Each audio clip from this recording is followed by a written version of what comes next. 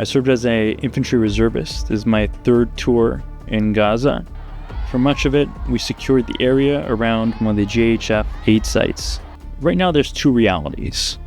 There's what exists on the internet and news media, and what the soldiers are actually experiencing on the ground. And they're very frustrated by this discrepancy between the two. These aid sites were not death traps. The people at the Gaza Humanitarian Foundation are trying their best to make a bad situation somewhat tolerable for Palestinian civilians.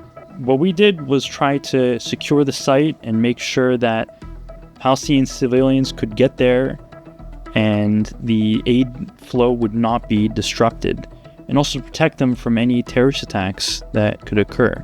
We weren't gunning down people waiting in queues, as some people would like you to believe. That just wasn't happening. I didn't see mass starvation as is being described on the internet right now amongst any of the 50,000 people I saw coming every day to the aid sites. But we shouldn't discount that people are hungry. They're probably, some of them are malnourished, and they're probably desperate. And we should have empathy with that. There's a lot of hurdles that prevents people getting aid. One of them is, of course, Hamas, which has threatened aid seekers if they go to the GHF sites.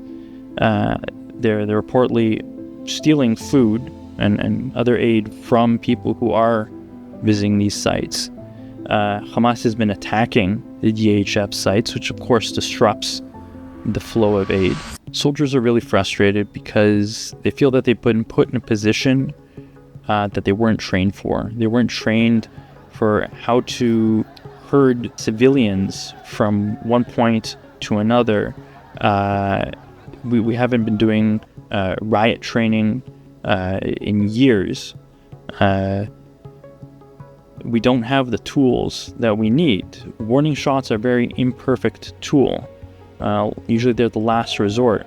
Soldiers want they don't want Palestinian civilians to be shot. They don't want Palestinians to be the victims of stupid mistakes and tragedies. The balance between protecting civilians and not harming them, while also shouldering the risk of having to engage Hamas, is a difficult one that needs to be done every second of every day when you're dealing with these humanitarian sites.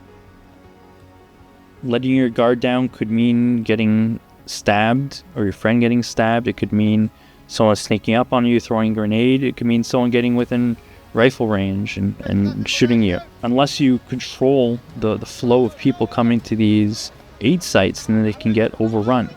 And that's often what happened when we restricted warning shots. And that resulted in people who needed to get food being denied it because, people who overran the site took it all.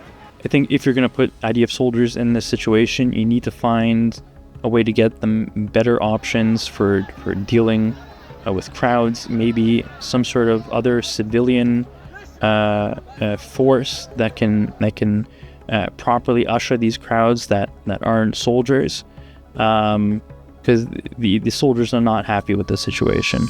First and foremost, Hamas started this war. Hamas wants its Palestinian civilians to suffer. It wants people to see scenes of tragedy so that it can pressure Israel indirectly through the international community into halting the war so that Hamas can survive. So this is all part of Hamas's strategy. They have a monopoly over a lot of food, over a lot of aid that they're deliberately withholding to enrich themselves and to prioritize their members.